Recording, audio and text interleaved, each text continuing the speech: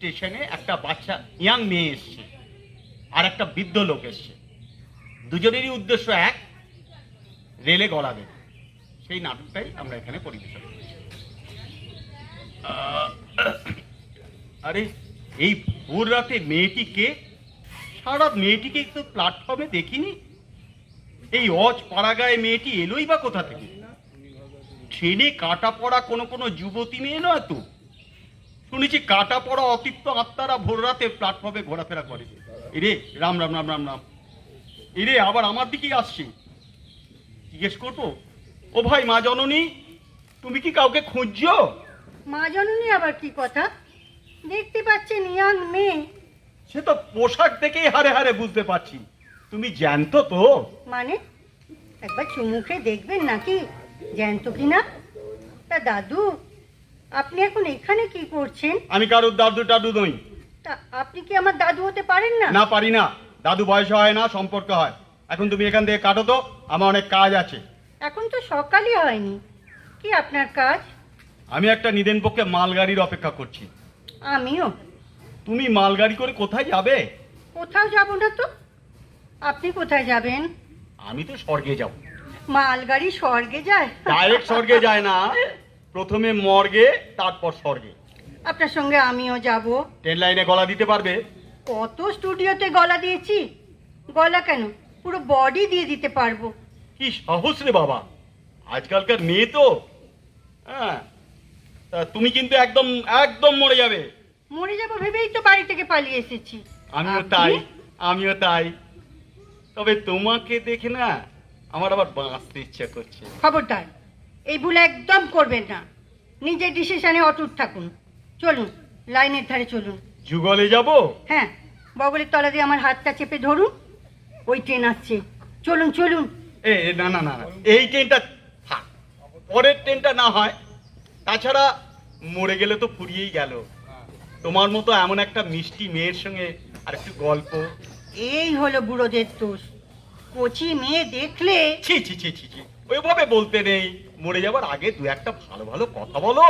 কি করে জানবো আপনার সঙ্গে দেখা হবে? তাহলে তো আমি গীতাটাই সঙ্গে আনতাম। ভোর হয়ে আসছে, একটু চা খেতে পারলে ভালো হতো। আপনি বাড়ি যান, আপনার দ্বারা সুইসাইড করা হবে না। বাড়ি গিয়ে চা খান, স্যান্ডউইচ খান। সারা জীবন আবৃত্তি করলাম, মরিতে চাই না আমি সুন্দর ভুবনে। ওইসব বইয়ের কথা। ওই আবার ট্রেন আসছে। এবার আপনি সরুন তো, আমাকে মরতে দিন। তোমার কিন্তু খুব লাগবে। লাগুক। বডি আর মুন্ডু দুদিকে ছিটকে যাবে। আপনি ফেভিকল দিয়ে জুড়ে দেবেন। আপনি সরুন তো, একটু শান্তিতে মরতে দিন। আমি চোখের সামনে তোমাকে এরকম ভাবে মরতে দিতে পারি না। আপনিও মরুন না, কে আপনাকে বারণ করেছে? ওই ট্রেনটাও চলে গেল। ট্রেনটা ভালো ছিল, বোধহয় রাজধানী ছিল। বলছিলাম কি, অন্য কোনো উপায়ে যদি আমরা মরি? আপনি মরুন না অন্য উপায়ে। গলায় দড়ি দিন, বিষ খান। আমাকে কেন?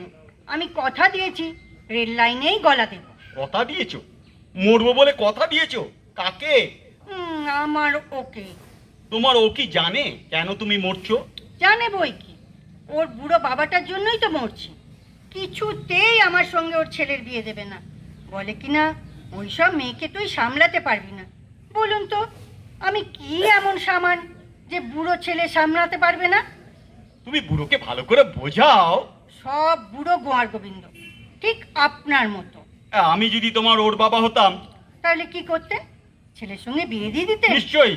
তোমার মতো একটা স্মার্ট মেয়ের হাতে আমার গর্দভ ছেলেটা পড়লে তার বাপ পর্যন্ত পড়তে যেত। সেই দুঃখেই বুঝি মরতে এসেছেন?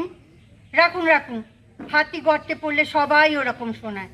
রাস্তায় স্মার্ট মেয়ে খুব ভালো লাগে। পুত্রবধূ স্মার্ট হলে মোটেই পছন্দ হবে না।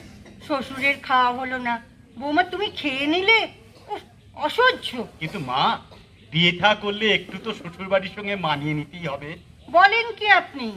ওর সঙ্গে আমার বিয়ে হলে আমি থোড়ি শ্বশুর বাড়িতে ঘর করতাম? হ্যাঁ, যাক, ওসব কথা বাদ দিন। Chapter close. প্লিজ এই ট্রেনটা আমায় মরতে দিন। এরপর বেলা হয়ে গেলে কেউ না কেউ বাঁচিয়ে দেবে। বলছিলাম কি, আমার বাড়ির কাছে একটা সুইমিং পুল আছে, তাতে যদি তুমি মরো তোমার একদমই কষ্ট হবে না।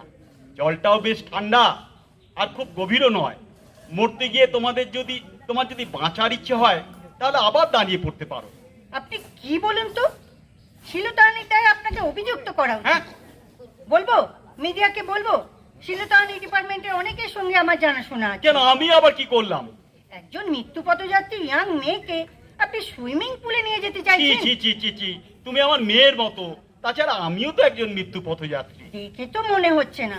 বাঁচবার তো আপনার খুব ইচ্ছে। যা, এই ট্রেনটাও চলে গেল। আচ্ছা, আপনি কিসে মরবেন বলুন তো? আমিও আপনার সঙ্গে সহমরণে যাব। তোমার বেশভূষা দেখে মনে হচ্ছে তুমি পয়সা গহলা ঘরের মেয়ে। তো অত দামি নার্সিং হোমে তুমি জন্মেছো, যার জন্ম অমন সুন্দর জায়গায়, সে কিনা রেল লাইনে মরে পড়ে থাকবে? বুঝেছি, সুইমিং পুল হলো না, এবার আমাকে নিয়ে ভিক্টোরিয়া যেতে চান। ভিক্টোরিয়া মেমোরিয়ালের মাথা থেকে আমি ঝাঁপ মারবো। সাদা পাথর সব উত্তম কুমারীর লাল পাথর হয়ে যাবে। সুন্দর জায়গায় জন্ম হলে সুন্দর জায়গায় মরাই ভালো, তাই না? সত্যি কথা বলতে কি, আমি তোমার মৃত্যুটাই চাই না। আপনি চাইবার কে? আপনি কি আমার অভিভাবক? আপনি কেন মরতে চাইছেন সেটা বললেন না তো? অনেক দুঃখে মা। না করবেন না তো, নিজেকে কেমন কালীঘাটের কালী মনে হয়। বলুন, কেন মরতে চান? কোনো প্রেম সংক্রান্ত ব্যাপার? আজকাল আপনাদের মতো বয়সে যা ফষ্টি নষ্টি হচ্ছে, দিদিমা ঠিক আছেন তো? ওদের নিয়েই তো আপনাদের না না না না, সেরকম কোনো ব্যাপার নেই। আসলে আমার একটা বিবাহযোগ্য ছেলে আছে। আমার অমতে কোনোদিন বেটার ছেলে কোনো কিছু করেনি। আজ হঠাৎ সে নিজের পছন্দ করা একটা মেয়েকে বিয়ে করতে চাইছে। সেই জন্য আপনি সুইসাইড করতে এসেছেন? উফ, এরকম ফাদার পাওয়া যায় না। কি ভালো আপনি। যান যান, লাইনে গলা দিয়ে দিন। শুভস্য শীঘ্রম।